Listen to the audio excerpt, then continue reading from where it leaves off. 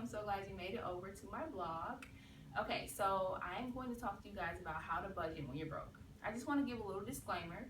This video will not be edited, so I will not crop out or cut any of my stuttering if I do any.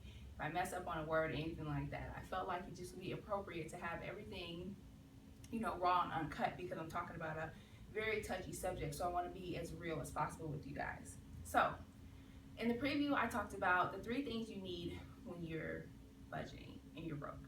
So sacrifice, prioritizing your funds, and monetizing your time. 1, sacrifice. So you're gonna have to sacrifice a little piece of your desires, not your happiness, your desires, to budget when you're broke. So if you like to go out from Thursday to Sunday, let me just be real right now, like that has to stop. It has to completely stop for a short period of time. So if you like Thirsty Thursday, invite your friends over. You guys all put on for a bottle, whatever you drink or whatever you do. Put on for that, and have a turned up Thursday in the house. So instead of you spending individually $30 a person, maybe at the bar, plus drinks and a cover, whatever the case may be, you all can spend $50 as a group, and get your margaritas on or whatever you like to do.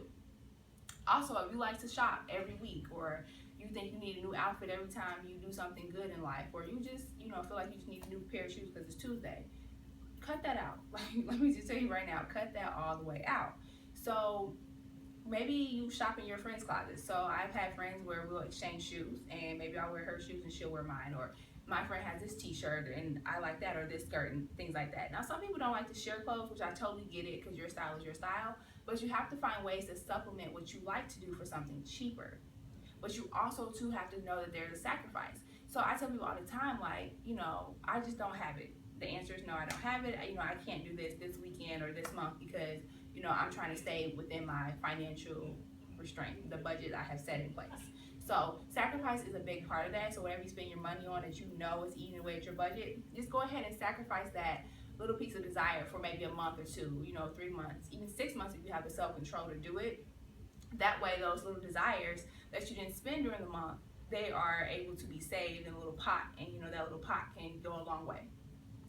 Secondly, you need to prioritize your funds. So what I mean by that is you have to know what to pay and when to pay it. So you have to pay rent, you have to pay a car note if you have a car, you have to pay child care if you have a child, health insurance, things that keep you living, keep you going. Because if you don't pay your mortgage or rent, unless you can move in with a family member, you're going to be evicted. Unless you can walk to work, bike to work, carpool, your car is going to be repossessed, things like that. So just knowing what to prioritize within your funds. So paying a credit card bill is much more important than paying for your Netflix every month. Or if you like to shop again, if you have a shoe dazzle, or you have any type of reoccurring subscription that you technically don't need, that is something that can be prioritized to the bottom of your budget and almost even cut out. Let's just be realistic. So just knowing what to pay first and foremost, and where you can kind of cut things. So that comes in prioritizing too. Saying, okay, this doesn't take priority right now. So me, for example, I have Hulu and Netflix. It was a period of time where I couldn't remember when I watched Hulu, but every month I saw it was being taken out of my account on my PayPal. So I've canceled that. I don't use it anymore. I don't need it. I just got one subscription. Just little things like that. I remember when I had a different car, I had OnStar, and I wasn't physically using it because I have an iPhone. So Siri was my best friend, and I was paying $55 a month for probably about 4 or 5 months before I noticed, like, oh man, I'm still paying for this. So just prioritizing what you need to pay and what you really don't need to pay at all. And lastly is monetizing your time. So everything you buy, think in terms of hours you work. So realistically, nobody likes to work. And if you do like to work, that's phenomenal. But at the end of the day, let's just be real. Some of us would rather do what we love to do and not be considered work, not have to punch a clock, or get up and work at a factory or whatever you do. So everything you buy is how many hours you're going to put in at that desk, or whatever your trade is. So if you like to buy shoes, and shoes cost you $300, if you make $12 an hour, you're going to have to put in 25 hours to get that $300 pair of shoes. That's half a work week. So you're going to pay $300 and work half a work week just to have shoes to show for it at the end of the month, or every time you get paid. Just knowing that what you buy is what you what you do. So me, myself, I do enjoy to shop, but I try to look for things that aren't gonna cost me how much I make per hour. So just keep that in mind. So if you have a $10 an hour job, you don't need to buy anything that's gonna cost you 20 hours, 40 hours, 50 hours, none of that. Just think about things like that. Secondly, no, not secondly, lastly, I want you all to really keep in mind that I don't have a secret formula to budgeting. Nothing is going to help you budget.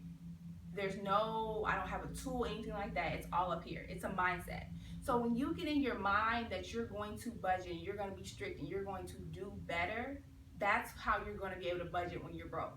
So my tips of sacrificing, prioritizing, and monetizing your time, definitely helpful. Totally going to help you put your funds in perspective. But if you're not willing to change up here, I mean, realistically, how can you actually budget, whether you're rich, poor, whatever the case may be? So if you don't have that discipline and even that knowledge to kind of sit down and allocate and be strict on yourself, it's not going to work. But I always tell people what they shouldn't do or what may not work, but I want to leave you guys with solutions. So if you don't know where to start, where to go, I'm here to help you. I know people think that's a sales pitch, but I'm totally here to help you figuring out, what you should pay, how you should pay it, and basically how to budget when you're broke, rich, wealthy, whatever the case may be. So if you guys have any more comments, questions, or concerns about how to budget, whatever stage of life you're in, whether you're 16 or you're 64, I'm definitely here to help you. And I really hope you enjoyed this segment of how to budget when you're broke. And just remember that the word budget is not a restriction, it's not a punishment, it's a mindset. So when you get in the mind that you need to budget everything from your finances to your time to how much you eat, you need to budget, restrict, how much you eat and things like that. Whatever you think about in life, everything needs to be budgeted, everything needs to be allocated. So I really hope you enjoyed this segment, and I will hear from you guys next week. Bye-bye.